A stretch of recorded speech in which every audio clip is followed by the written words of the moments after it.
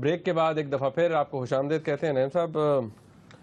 کچھ سوال ایسے ہیں جو کہ ابھی میں مزید آپ سے کروں گا. بہرحال مزید کریں گے. مزید کریں گے, نہیں وہ کسی اور حوالے سے. اچھا, یہ جو دہشت گردی قانون میں دوسری امینڈمنٹ ہے کہ اب یہ ڈیٹینشن پیریڈ جو ہے, یعنی کہ کسی کو بغیر وارنٹ کے آپ بغیر کیس کے ڈیٹین کر سکتے ہیں. پہلے تھا کہ 30 دنوں تک کر سکتے ہیں.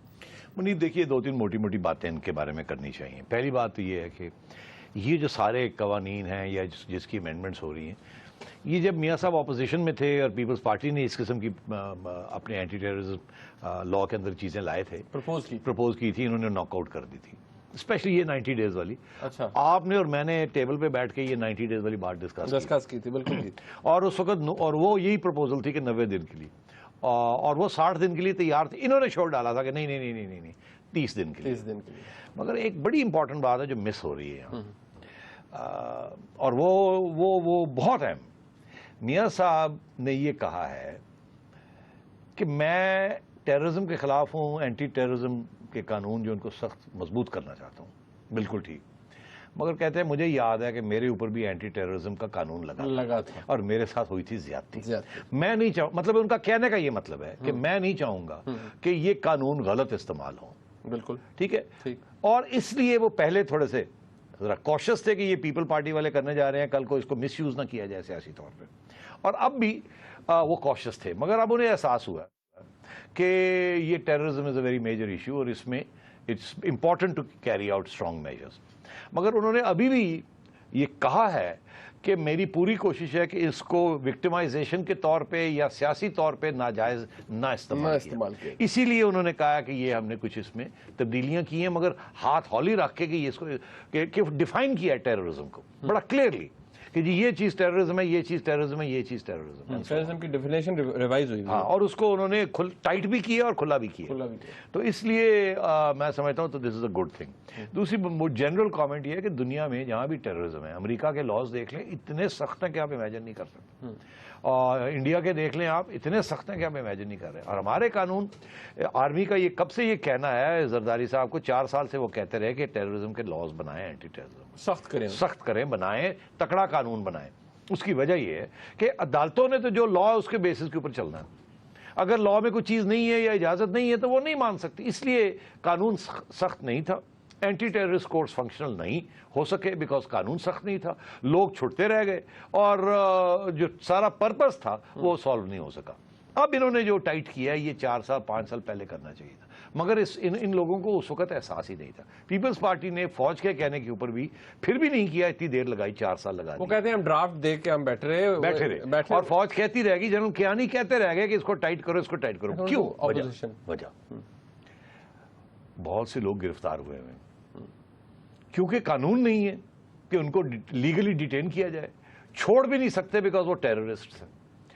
ان کو کنوکٹ بھی نہیں کر سکتے بیکاز قانون شہادت جو ہے وہ اتنی کمزور ہے وہ یا سخت ہیں کہ وہ ان کو ایویڈنس نہیں آتے. تو اگر عدالت میں لے کے جائیں گے تو عدالتیں چھوڑ دیں گی کیونکہ قانون ان کو آپ کو lack of evidence and also کتنی دیر کے لیے آپ رکھ سکتے ہیں, اور پولیس کی ٹریننگ نہیں ہے. تو اس لیے ڈس اپیئرنسز بھی تھے, مسنگ پرسنز بھی بن گئے. ابھی بھی ہزاروں کی تعداد میں ٹیکنیکلی مسنگ پرسنز ہیں جو ٹیکنیکلی ٹیررسٹ ہیں. تو یہ اس چیز کو ختم کرنے کے لیے کہ یہ رٹ آف لا جو ہے, لا کو صحیح ڈیفائن کیا جائے تاکہ even the law enforcement agencies law کو فالو کریں اور یہ ٹکنڈیاں نہ ماریں, مسنگ پرسنز نہ کریں, سیف ہاؤسز میں لوگوں کو نہ رکھیں, چھپا کے نہ رکھیں, اور یہ رٹ ہوں اور پھر چیف جسٹس صاحب چیخیں اور روئیں اور پیٹیں کہ یہ کیا ہو رہا ہے, قانون کی بالادستی ہونی چاہیے, یہاں دھجیاں اڑائی جا رہی and so on and so. تو قانون کو ٹھیک کیا جا رہا ہے اور میں سمجھتا ہوں یہ بیٹر لیٹ دین نیور. شکر ہے کہ ان کو بھی ہوش آئی ہے کہ یہ کام 5 سال پہلے ہونا چاہیے تھا, آج ہونے جا رہا ہے. بہت اچھی بات ہے. اور اس میں ساری پروویژنز جو ہیں, ججز کی پروٹیکشن, انٹیلیجنس گیدرنگ, کس قسم کی information, emails, intercepts, SMSes, all these will now be sufficient. And so I think this is a very good step. اچھا, اب ہیومن رائٹس والے جو ہمارے ہیں نا, وہ تو ڈیو پروسیس سے کم بات نہیں مانتے.